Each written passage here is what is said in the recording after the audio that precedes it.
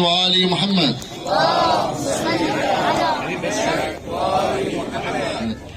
بسم الله الرحمن الرحيم. مناشدة مظلومية باسم قبيلة الجبور وباسم أهالي الحسينية وباسم محبين الشاب اليوتيوبر سامر أحمد إسماعيل، نناشد دولة رئيس الوزراء محمد الشياع السوداني، ونناشد النواب الشرفاء، ونناشد رئيس مجلس القضاء الأعلى العراقي العادل دكتور فائق زيدان، ونناشد كل شريف ولديه غيرة. لقد تم توجه تهمة بحق ابننا من أجل قضية تصوير مقطع فيديو في إحدى مقابر النجف الأشرف هو ومجموعة من أصدقاء اليوتيوبرية، والمقطع عبارة عن رسالة لا أكثر ولا أقل، ولم يتم هدم أو تجاوز أو أي شيء يمس القبور، وتوجهت له تهمة وفقا لأحكام المادة 373 القابلة للكفالة، علما تم إلقاء القبض عليه بشكل غير مقبول من دون سابق انذار، ولم يكن مشتكي عليه شخص، مجرد ادعاء عام بأنه مقطع مسيء للقبور. وقدمنا الكثير من طلبات الكفالة، لأنه ولا الشاب ليس لديه دعاوي سابقة ولا أي شيء دليل يثبت أنه تجاوز أو هدم أي قبر، إلا أن القاضي يرفض الكفالة. وتم رفع الادعاء عليه عن طريق النائب محمد جاسم الخفاجي في كربلاء، وتم الاتصال مع النائب محمد جاسم الخفاجي وتكلمنا معه وقلنا له ولد شاب، إذا كان لديه خطأ يمكنك الاتصال به وإصلاحه عن طريق الاتصال والتفهم بالطريقة الإصلاحية، لكن كان رد مكتب النائب القضية تحولت للقضاء ولا يمكننا مساعدته بأي شيء. من هنا نطالب ونناشد الشرفاء، أرجو ونطلب منكم الإفراج عنه، ونطلب من النائب محمد جاسم الخفاجي متابعة الفساد اللي جاي يحصل في الدولة سابقا وحاليا، أفضل من متابعة هؤلاء المواطنين الفقراء الذين لم يحصلوا على لقمة عيش إلا عن طريق التواصل الاجتماعي اليوتيوب وغيرها، أفضل من توجههم إلى طريق الذي يعاكس القانون. وخصوصا وها نحن ننظر الفساد من ناحية الشباب العاطلة عن العمل، توجههم للمخدرات أو السرقة أو غيرها من الأمور التي تحصل في المجتمع. ولا نقول إلا كلمة واحدة: إنا لله وإنا إليه راجعون. ومن هنا نطالب باسم إخوتنا مرة أخرى، إحنا بالنسبة لنا نريد نوضح مسألة بسيطة خاطر توصل للإعلام كله. هاي الناس، هاي الشباب، المجموعة اللي جاي يشوفوهم واللي جاي يصورون، كل العراق يعرفهم، ولا بد أنه حتى الدول المجاورة. ما أعتقد بيهم واحد موزين، وما أعتقد بيهم واحد منحرف. مع كل الأسف شاهدنا منشور للنائب محمد جاسم الخفاجي يقول تم إلقاء القبض على مجموعة منحرفة تنبش القبور وتهدم القبور. والله ثم والله إذا ثبت على ولدنا كلها شلع، من ضمنهم المجموعة اللي وياه الصور ويا سامر، إذا ثبت عليهم منبشين قبر لو هادمين قبر، والله إحنا بالنسبة لنا ويا النائب. لكن إحنا هاي الوادي ولد عشائر معروفة، ولد أصول، والناس كلها تعرفهم، وأنت مثل ما عندك الأمن الوطني تقدر تسأل عليهم، أفضل من ما تقيم دعاوى عليهم تسوي ادعاء عام وينشالون على سبب والله ما يسوى. احنا بالنسبة عندنا أمه مريضة ومنتهية وحالتها راح توصل احتمال للموت من وراء ابنها، تقول لا دعاوى عليه سابقة، لا من هاي الوادم اللي يتوجهون للمخدرات هو ومجموعته، لا من هاي الوادم اللي يتوجهون للسرقة، لا عندهم فساد مالي وفساد إداري ولا هاي الأمور كلها. ليش بالذات افتروا على هاي الشباب الفقراء، ونفس الوقت نقول ما عندهم محتوى هابط مثل هذول اللي جايين ينتشرون، خصوصا بآخر فترة الفساد اللي قام يصير عن طريق هاي البرامج الجاي طلعا، اللي تصلخ، اللي ما اعرف شو تسوي، اللي ما اعرف ايش، هذني تحاسبون افضل من ما تحاسبون هاي الشباب الفقراء. هاي شباب عايشين على هذني التصوير، الفيديو يصور مجرد رسالة، لا تجاوز لا على قبر، لا تجاوز لا على شخص، لا فد يوم تدخل بموضوع سياسي، لا تدخل بموضوع خاص بأي شخص كان. والدليل على كلامي ما حد مشتكي من أي شخص من العراق كله من الشمال للجنوب، فقط مكتب النائب مسوي ادعاء عام. من هنا نطالب رئيس الوزراء مرة أخرى، ونطالب النواب، ونطالب فائق زيدان رئيس مجلس القضاء الأعلى بالإفراج عنه، ولا نقول إلا إنا لله وإنا إليه راجعون، وحسبنا الله ونعم الوكيل. أفلح من صلى على محمد وآل محمد. نوجه كلمة الخال الطيب أبو ساهر الزيرجاوي. بسم الله الرحمن الرحيم. احنا كمنطقة منطقة الحسينية وبالخصوص محلة 219 نطالب رئيس مجلس القضاء الأعلى ونطالب النائب وكل من جاء وورد اسمه في هذه القضية التنازل عن هذا الشاب، لكونه أحد سكانة منطقتنا ونحن نزكيه كشاب مؤدب وكعائلة محترمة ليس لديهم أي سلبية تذكر.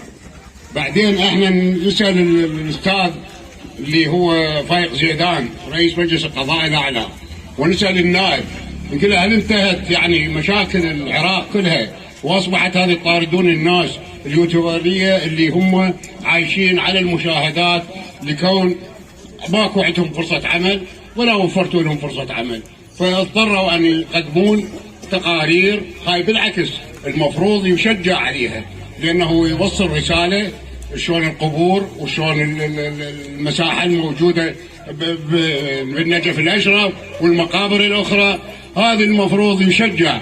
لكن هم شنو ما ادري حسد عيشه، ما ادري محاربه للشباب حتى ينهونهم نهائيا ويردونهم ينحرفون حتى يحصلون من وراهم يعني المحاكم والرشاوي، فهذه مرفوضه رفضا قاطعا. ونحن كاهالي المنطقه نطالب باطلاق سراح هذا الشاب المظلوم، والسلام عليكم ورحمه الله وبركاته. بارك الله فيك.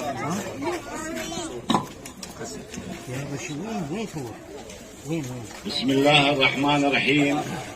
نناشد دولة رئيس الوزراء والقضاء الأعلى برئاسة فائق زيدان حول ما توجهت التهمة إلى الشاب سامر أحمد إسماعيل حول قضية، وإنما هذه القضية لا بها مس ولا خدش أي حياة ولا كذا، وإنما مجرد هو تصوير، لا خدش أهل القبور ولا بها حياة عام ولا بها كذا. فنناشد دولة رئيس الوزراء ومن يهمه الأمر حول إطلاق سراح ابننا الشاب أحمد سابر أحمد الجبوري، والعطف الأبوي حول هذا الشاب اللي لا إلى فرصة عمل، وإنما هو هذا مصدر رزق إلى ولعائلته، وما بي أي إمساس أي شرع أو ونطلب من دولة رئيس الوزراء حول نظرته الأبوية حول هذا الشاب. وشكرا والسلام عليكم ورحمة الله وبركاته. أنا زميل سامر الصحراء وأنا يوتيوبر أيضا أعمل بهذا المجال. إحنا صيادة ومغامرين، إحنا نستطلع جميع الأماكن سواء بالنجف سواء بالبصرة سواء بالعمارة سواء بأي محافظة. إحنا هذا عملنا، إحنا ما ننتجي بالطريق السلبي، إحنا بالعكس نوصل رسالة لكل الأطفال لكل الشباب لكل العالم، نوصل رسالة صحيحة نعرفهم على أشياء ما مطروقة. فالسامر المدعى عليه أو حاليا هو مسجون أكثر من 18 يوم ساجني بدون دعوة بدون انذار بدون تحذير بدون تعهد. شنو هذا؟ شنو الإجراء؟ تاخذه من بيته والسجنه وزينه قرعه وتذبه بالسجن، ما عندك انت عليه دعوة سابقة. احنا نطالب بالتضامن والتعاطف مع قضية سامر الصحراوي. إلى جمهور كلش قوي، جمهور يحبه، جمهور يعزه، جمهور منتظر ينشر هذا الشخص. مثل ما تشوفون هذا الجمهور الآن حاليا هذا نصف جمهور، هذا ما يعد جمهور. احتمال يعني بعد نشر هذا الفيديو إذا ما يفرج عنه تصير مظاهرات كلش قوية. احنا نطالب ونناشد الجهات الأمنية والمعنية بإطلاق سراح سامر الصحراوي والتضامن والتعاطف مع قضيته. هذا الإنسان لا قاتل لا خاطف لا متعاطي لا متداول، إنسان يوصل رسالة من خلال اليوتيوب، بالعكس من خلال اليوتيوب يساعد هواي ناس وهواي أطفال تحبه وهواي عالم منتظرته وقت تنشر. فإحنا نطلب منكم التضامن والتعاطف مع قضية سامر.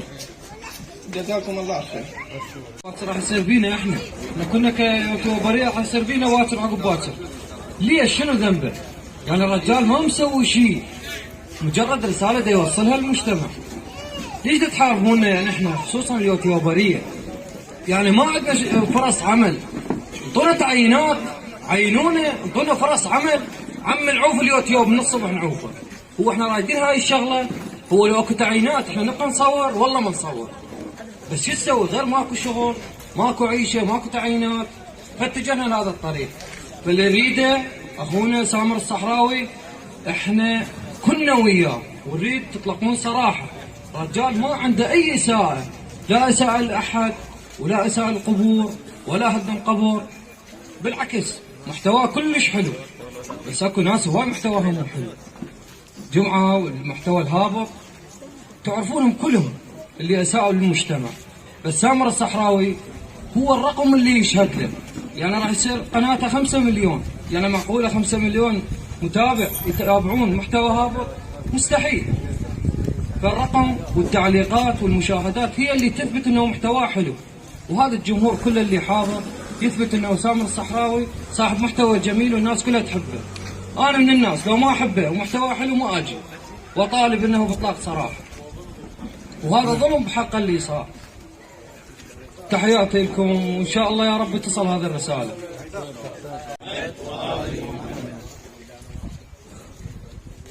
قال أمير المؤمنين عليه السلام أن العدل البطيء ظلم. احنا الناشد الجهات المعنية والناشد بالأخص سيد مقتدى ما يرضى بالعدل، ما يرضى العفو بالظلم. ابننا مظلوم عنده 5 مليون على اليوتيوب، المفروض انتم تشجعونه، تقولوا له استمر، تكافئونه. كل مكافآت ماكو، كل دعم لليوتيوبرية ماكو. الدعم المن اهل التيك توك تقبض الملايين، بس مجرد مشاهدات بث خلال 3 دقائق يقبض له 40 مليون و50 مليون. شنو المستفادين من يمه؟ ما حد مستفاد من يمه. اليوتيوب احنا كل حلقه نصرف عليها فوق ال 200,000، كل حلقه سامر يستلمهم كلنا يدحشين قدام العالم 10 اوراق، احنا 8 نفرات، كل واحد يعطيه 100 150، مرات يعزمنا على عشاء، احنا ما قايلين له اعطينا. ليش؟ لان اللي يشتغل واللي يقدر يعينه هو سامر يعينه. يعني هسه انتم صايركم 20 يوم قاطعين رزقنا، مو بس رزق سامر، قاطعين 8 عوائل مقطوع رزقها في سبيل شنو؟ البرلماني والله قابض له على مجموعه منحرفين بيمن. بشنو منحرفين؟ الانحراف هي هاي سوالف التعبانه اللي عنده مثلا بالتيك توك، اللي يسولف سوالف لا غير اخلاقيه حتى يجيب له مشاهده، اللي يصعد بنات، اللي يسوي. هسه احنا ما نريد نحكي همك وعالم تتابعنا وهاي هسه يقولون هذول دخلوا بغير اختصاصهم، احنا اختصاصنا باليوتيوب ما نحكي على التيك توك. بس هو هسه التيك توك اذا تنشر لك مقطع يتداول العالم كله يشوفه. مو قبل فتره صارت قضايا بالتيك توك، يا ابو التيك توك ما حد طلع عليها. ليش؟ ما ادري، يدفعون هو ما ندري والله، الله اعلم، الله بعد احنا ما نعرف. بس احنا ناشد الجهات المعنيه، انت من تريد تحارب لك قضيه، حارب لك قضيه غير اخلاقيه، حارب لك قضيه المخدرات. هاي الشباب جاي تندمر من وراء المخدرات، الشباب جاي اكثريه انحراف الاطفال بسبب التيك توك، مو بسبب اليوتيوب. اليوتيوب ما ينشر غير اخلاقي، الدم ما ينشره، القتل ما ينشره، العركه اذا عركه صدق يدري بها اليوتيوب، يعني بدون تمثيل هم ما ينشره، يطلع عليه انتهاكات الارشادات. اليوتيوب ما ينشر شيء غير اخلاقيات. الانحراف وين صار باليوتيوب؟ ما بي كل انحراف. بس احنا الناشد النائب البرلماني يعني شوي خلي يراجع الحلقات اللي قبلها، خلي يراجع المقطع نفسيته اذا هو بيه صدق نبيش. حلقه 80 هي بالذات اللي اعتقل عليها سامر باليوتيوب، اسمها قناه سامر الصحراوي، حلقه 80 طبوا عليها شوفوها، بيها انتهاك، بيها نبيش قبور، بيها احنا حتى جماعتنا شوف كل احنا ندخن سجاير، ما ندخن باليوتيوب حتى لا نقول اكو طفل يباع علينا ويتعلم السجاير. في القبل حسين كل احنا ندخن سجاير، وهذا الباكيت بجيبي وينه؟ هذا الباكيت وجداحه من حلقه واحد الحلقه 100، احنا ناشرين 100 مقطع. اذا شخص شافنا دخل سجاير بالمقطع يجيني يعاتبني، انا راح السجن مكان سامر. ومعلومه ثانيه، لو يطلقون صرع سامر، لو احنا كل احنا يذبونا بالسجن، لان احنا كل احنا منحرفين. معقوله بس سامر منحرف؟ احنا كل احنا منحرفين، لو يطلعونا لو يذبونا كل احنا بالسجن. وشكرا. اليوم احنا من امام منزل سامر الصحراوي، اخوته واصدقائه واقاربه وكل متابعينه وكل جمهوره. صدق والله. اليوم احنا نطالب ونناشد بالافراج عن سامر الصحراوي، قضيتنا، قضيه الكل، لان احنا محبين ومتابعينه واخوته واصدقائه، نطالب بالافراج والكل متابع. من رئيس الوزراء اي ما بيسال واحد. اولا سامر الصحراوي الكل يحبه، ماكو هسه بالبيت هذا العراق كله ماكو بالبيت اذا ماكو صغير وكبير يبوع على سامر. بالمناسبه انه سامر ما سائل احد، وسامر ما نابش قبر، وسامر ما مهدم قبر، لا بالعكس سامر يساعد الفقير، يساعد تكرمون الحيوانات، ماكو واحد يرد. ثانيا هل من الممكن يوصل 4 مليون ونص متابع يوصل الخطأ؟ وين يكون؟ اذا كان على خطأ يجي يتبلغ. يعني هذا الخطأ انه هاي كلها تم حمايته. ليش ما بلغتني؟ المسامح الله غفور رحيم. احنا ليش ما نسامح؟ احنا ليش ما نقول له يابا تعال يابا انت غلطان، خطأت، هذا خطأك، اذا تكرر غير عواقب. ليش تجي للبيت بدون سابق انذار، بدون يعني ما مبلغينه؟ جينا قاعدين بالباب، قاعدين وجوا اللي نريده الناشد من محمد الشاعر السوداني المحترم، الناشد من فاض زيدان رئيس القضاء العراقي، انه تراعون هاي القضيه، تشوفونها تدققون بيها. لان سامر انا شخصيا البارحه قاعد يمه يقول الكل متعاطفه وياي، حتى الجنود يقول احنا متابعيك، انت جابك هنا الكل متعاطفه وياه، يقول بس انت مظلوميه، اكو شيء اسمه مظلوميه، واحنا تراعون هاي القضيه. احنا ما ردنا اول بدايه طش هاي السالفه، اول ما سجن احنا قلنا جوز راح يشوفونه ويحشون وياه ويطلعونه، يعني العالم ظل تراسلنا وتقول لنا وين سامر، نقول لهم يابا سامر مريض، سامر امه مريضه، احنا شو نسوي؟ صار له تقريبا 20 يوم. المشكله وين؟ احنا المشكله هسه فينا شباب اي خبر يجينا يجوز نتاقلم وياه، بس الحجيه ترى مريضه، الحجيه يعني هسه الكل هاي تدري يعني اذا لا سامح الله اذا الحجيه صار بها شيء، من يتحمل مسؤوليته؟ اللي اشتكى على الانترنت اللي قام دعوه، انا هاي اريد اعرفها، انا اريد اعرف انه اللي يتحمل مسؤوليته اللي اشتكى وقدم بلاغ على الانترنت، لو اللي قام دعوه بها وقدم بيان. ما اعرف هسه، ما اعرف، الحجيه تعبانه والتخب شفتوها.